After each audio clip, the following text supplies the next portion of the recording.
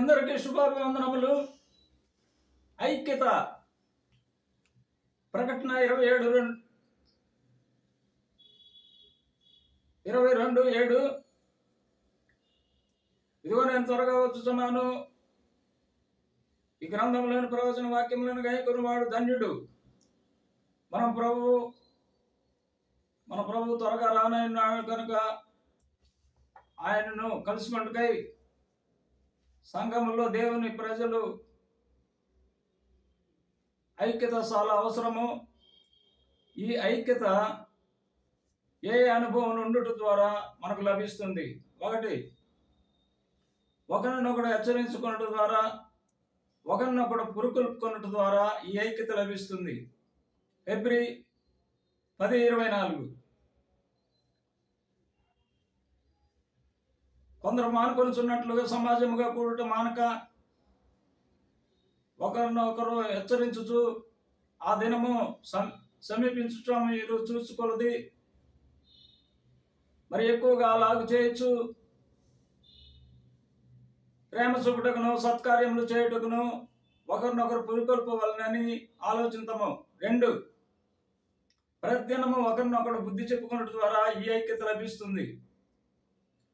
ఫిబ్రవరి 3:13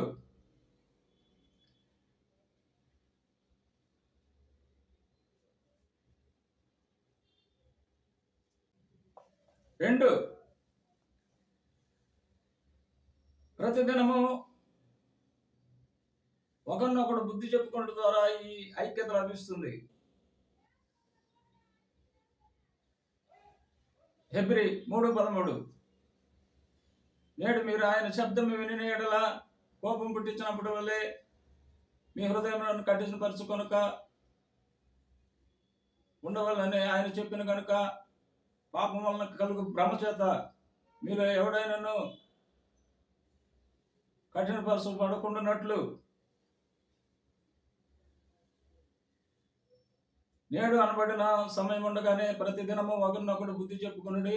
ఏలయనగా మొదటి నుండి మనకున్న దృఢ విశ్వాసము అంతం వరకు చేపట్టిన ఎడలనే క్రీస్తు పాలివారమైందుము. మధురగానము. సహోదరా సహోదరి సాగుమా ప్రభు సేవలో, సాధ్యమైన పదములో నీతిమంతో నాలుగుతో నిలచి సాగిపోయనే. ఓర్పయైతే మార్పు చెంది విడచిపోయే మార్గము విడచి, సహోదరా సహోదరి సాగుమా ప్రభు సేవలో, సాధ్యమైన పదములో. తల్లినైనా తండ్రినైనా అన్నదమ్ములనైనను అన్ని వదలే కన్న యేసుని అడుగు జాడలు నడువుమా.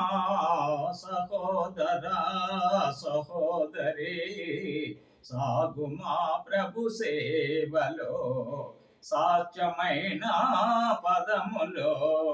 మన సహోదరి మన కుమారి మంచి సాక్ష్యము పొందనే. ఓర్పు గలదై ఖ్యాతి నొందే ఎఫ్రాతా బేత్లెహేములలో.